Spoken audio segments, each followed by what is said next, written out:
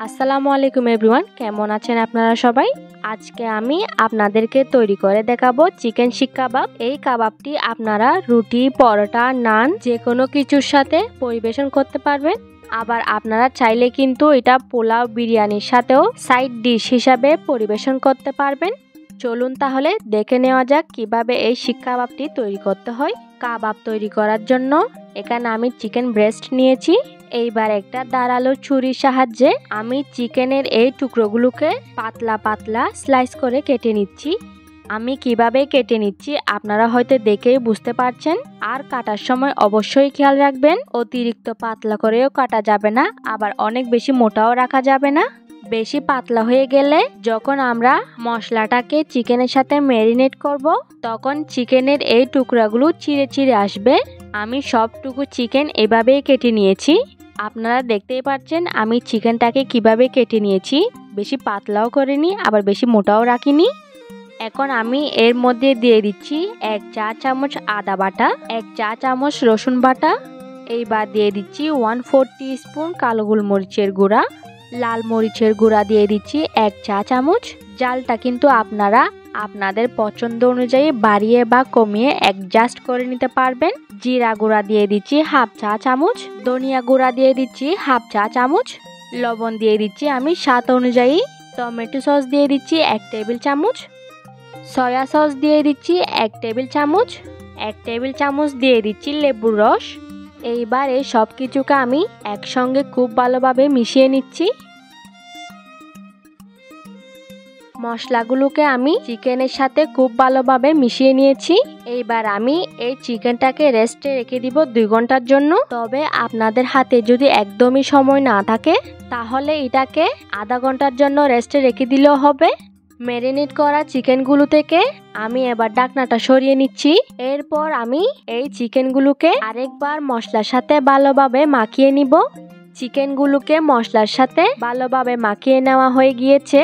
এইবার আমি একটা করে কাবাব কাটি নিয়েছি, আর এই কাবাব কাটিগুলোকে আমি কিছুক্ষণের জন্য পানিতে ভিজিয়ে রেখেছি। এতে করে কাবাবগুলো যখন আমি রান্না করব তখন এই কাটিগুলি ফেটে যাবে না বা ভেঙে যাবে না। এইবার আমি চিকেনটাকে এইভাবে সুই সুতার মতো কাঠির সাথে গেঁথে নিতে হবে। একটা পার্ট চিকেন গেঁথে নেওয়ার পরে আবার আরেকটা পার্ট চিকেন গেঁথে নিতে হবে, এবং প্রত্যেকটা পার্ট গেঁথে নেওয়ার পরে হাত দিয়ে একটু ভালোভাবে টাইট করে বসিয়ে দিতে হবে। যদি এটা অনেক বেশি লুজ থাকে তাহলে কিন্তু কুক করার সময় আপনাদের উল্টাতে অনেক বেশি অসুবিধা হবে।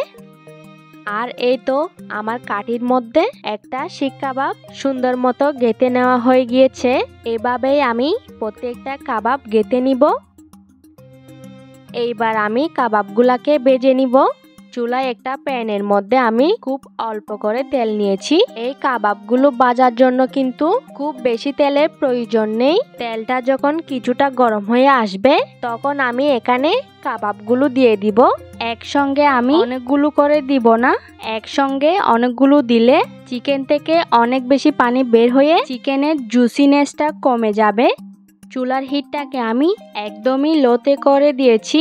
আর এরকম লো হিটে কিন্তু এই কাবাবগুলোকে 4-5 থেকে ঘুরিয়ে ঘুরিয়ে ভেজে নিতে হবে। চিকেনগুলি একদম ভালোভাবে সিদ্ধ হয়ে যাওয়ার জন্য কিন্তু চুলার হিটটাকে একদমই লোতে রাখতে হবে। আর একটু সময় নিয়ে এই কাবাবগুলোকে ভাজতে হবে। যতক্ষণ পর্যন্ত না এই চিকেনগুলো ভালোভাবে সিদ্ধ হয়ে যাবে ততক্ষণ পর্যন্ত কিন্তু এই কাবাবগুলোকে ঘুরিয়ে ঘুরিয়ে ভাজতে হবে। যখন দেখতে পারবেন এই কাবাবটি হালকা গোল্ডেন ব্রাউন কালার হয়ে যাবে বা পোড়া পোড়া হয়ে যাবে, এই পর্যায়ে বুঝতে হবে কাবাবটা হয়ে গিয়েছে। আর এই তো তৈরি হয়ে গেল চিকেন শিক কাবাব। কাবাবটা ঠিক কতটা সফট হয়েছে আপনাদেরকে একটু দেখিয়ে দিচ্ছি। দেখতেই পাচ্ছেন কাবাবটা ঠিক কতটা সফট এবং জুসি হয়েছে। খুবই সহজ একটা রেসিপিতে এটা তৈরি করে নেওয়া যায়। আশা করছি আপনাদের কাছে রেসিপিটা ভালো লাগবে। ভালো লাগলে ভিডিওটিতে অবশ্যই একটা লাইক দিবেন এবং চ্যানেলটিকে সাবস্ক্রাইব করে পাশে থাকবেন। তো আজ এ পর্যন্তই। আপনারা সবাই ভালো থাকবেন, সুস্থ থাকবেন। আসসালামু আলাইকুম।